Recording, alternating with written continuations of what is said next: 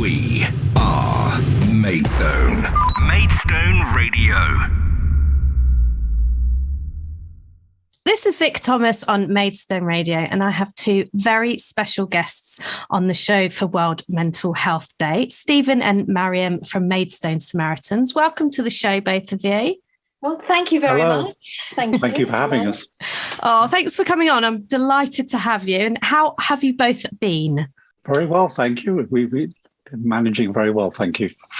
Yes, very well indeed. And we've been operational throughout the whole of lockdown. So Samaritans has continued, and in some respects it's kept us all sane, I think. Fantastic. Yeah, busy. So most of us have heard of the Samaritans. It's just in our consciousness. But how did it start, and how big is it today? I mean, Samaritans has been going for a long while. I mean, if you think about it, we've took 1.42 million calls in 2019-20. Wow. And, and we've have over 1 million hours of volunteer time hours listening to callers. So, there's been a lot going on. And is it UK and Ireland based? Yeah, the Samaritans covers the UK and the Republic of Ireland. We're a 24/7 service. We're there 365 days a year. 201 Samaritan branches across the country. Roughly 20,000 Samaritan volunteers, and Maidstone branch. I think, Marion, we have over. It's about how many members do we have? About 120. Yeah, 120 volunteers who give their time. And as Marion said, we've been going throughout, kept the service running through the pandemic. That's amazing. And whereabouts in Maidstone are you based? The Samaritans office are based in Grecian Street in Maidstone. We have our centre there. We are in the process of opening up after the pandemic. We haven't gotten any date for that, but so we hope very soon to be opening to visitors who might want to call in and drop in. But we also have an outreach service. We go to homeless shelters. We do a lot of outreach work. We are out on the streets on World Suicide Prevention Day, raising awareness of Samaritans. And is it just over the phone, or how can people contact you? There is the main point of contact is the phone, but people can also use email, a chat service has been trialled across various branches, but the main way to contact is by phone or email. Great, and we'll mention that at the end of the interview. I just wanted to know a bit about people who come to you. Does it have to be something kind of really life-changing and very, very serious, or can people talk to you, about things sort of less drastic? Anyone can ring the Samaritans at any time. We take calls from anyone. And sometimes we will take calls either on the phone or by email that come from other countries as well. Right. Anything that people are struggling with. I mean, Samaritans are reminding people on Mental Health World Mental Health Day that to check in on people and support anyone who's struggling.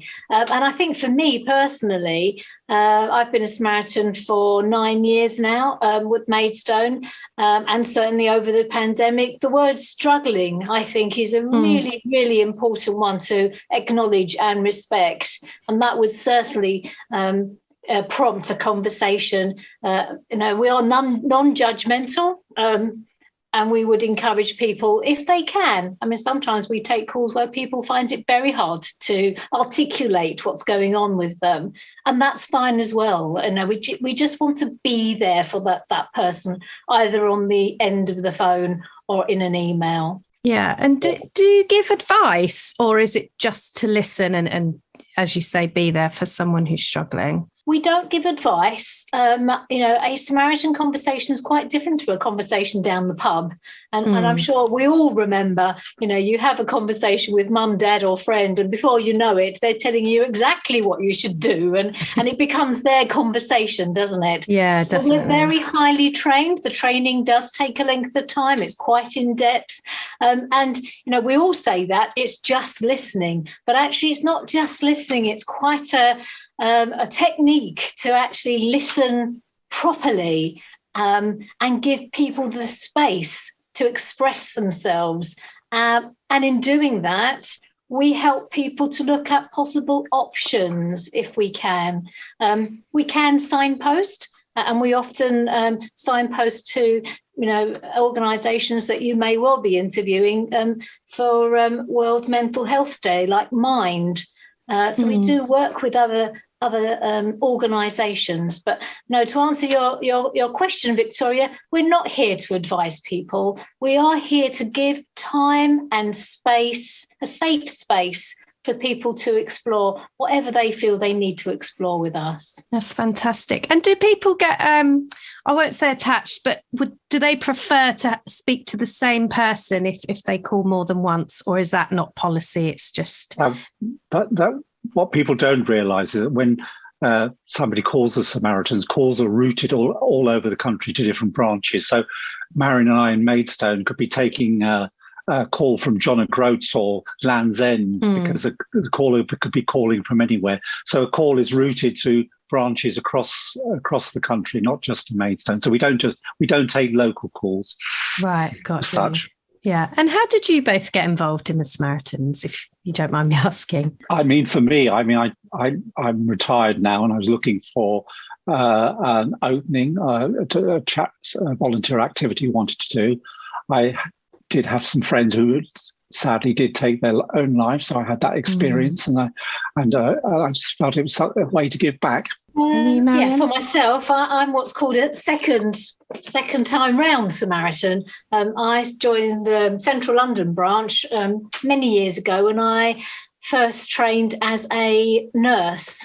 And I found in nursing, as I became a manager of a ward, that I was getting less and less sort of patient time, chat time and talking time, because you're just so busy being a manager.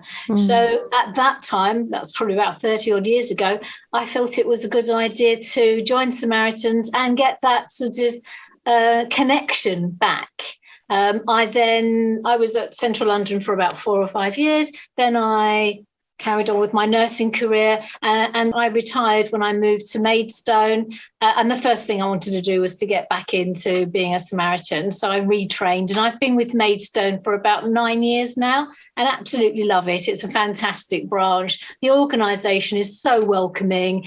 We are very diverse. I think the youngest we have is 18, and the oldest we did have was 92. Oh, wow. And we're very, very diverse. I mean, again, going back to World Mental Health Day, mental health in an unequal world. Well, Samaritans, we welcome people joining us from all sorts of backgrounds, and we want to reflect what's out there, So we have all sorts of people, and anyone can become a Samaritan in as much as they can apply. And obviously there's a selection process, etc., and it's not for everybody. But I would never put anyone off, regardless of their age or anything, really. Give us a try. We're a great bunch of people, particularly at Samaritans at Maidstone. I bet. I think the community in Maidstone is just wonderful. It really is. Does the Samaritans face any challenges? I mean, I imagine donations is always kind of ongoing. I think, obviously, as a charity, we are always looking for donations.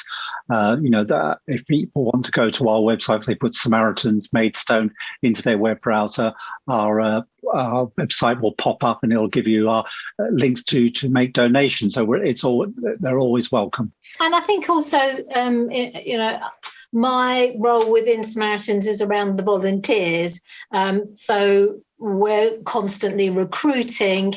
And at Maidstone, we're not 24 hours. So, more people, the challenge for us really is to get as many people involved as possible so that we could be open, say, 24 hours. It makes no difference to the caller as the call goes into a central server, and then in order to prevent people waiting on the phones or waiting to have their email answered, the first available Samaritan will take that call or take that email. But I think for us at Maidstone, and from a volunteer perspective, it will just be fantastic to have more people becoming Samaritans and volunteering and joining us as our family at Maidstone. So how can our listeners do that? That's a nice segue. If they go to the website, it's a very good website. It's very easy to negotiate. They make their application on the website, indicate where they would like to have their training, and the website is very sophisticated now. It takes you through, and once you've made that application, you'll be invited to an interview of sorts, quite an informal interview, really, to find out really whether it's a two-way thing, whether Samaritans is right for you or whether you're right for Samaritans, because we have to care for our volunteers, and sometimes people think, well, I've had a bereavement, possibly a suicide in the family. I want to give it back. I want to make a difference, which is absolutely right. And lots of us have been touched by some mental health or suicide, but it may not be quite the right time. And we would be able to suggest that and maybe encourage that person to apply a little bit later when things are settled down. So the process to become a Samaritan, certainly in the early stages, is very negotiated and very, I think, quite a caring one, really. Yeah, great. And we'll put the details on Maidstone Radio's website as well. Do you think there's been more people getting in touch during the pandemic? I think what we found from callers during the pandemic is that people have been isolated or lost contact with their support networks, whether that be family or friends or professional support services, like day centres, their mental health worker. Everything's been done by, as we are talking today, remotely. And some people find that really difficult, and people do feel even more isolated than perhaps they did before. And what would you say to anyone listening if they want to get in contact, but they still feel a bit of stigma, or maybe they're a bit shy, or they feel a bit silly, which they shouldn't, obviously. No, exactly. I mean, they can phone the number 116 123. They may have to wait to get through, but that if they don't feel like talking, that's fine. They're not going to be pushed or chivied to speak. We take the call at the caller's pace, and if they don't feel they can talk, that's fine. That's equally fine. And it may take one or two times picking up the phone and actually to do that, but that's fine. That's what we're there for. And lastly, how important is World Mental Health Day? It is important because I think it's people's well-being. It's about us keeping contact with people, and talking to people. It's really important to keep talking, open those lines of communication, because people, once they start to talk, it gives them the first time the opportunity they've had perhaps to talk about something that's very difficult in their life, and being given that safe space to do that. Yeah. Thank you. Well, thank you both so much for talking to Maidstone Radio. I honestly thank you from the bottom of my heart for everything you both do and all the volunteers at every branch. It's just so important for all our communities. So thank you. And keep in touch with Maidstone Radio, won't you? We will indeed. Thank you so much. Thanks both. Thank you. Thank you. Take care.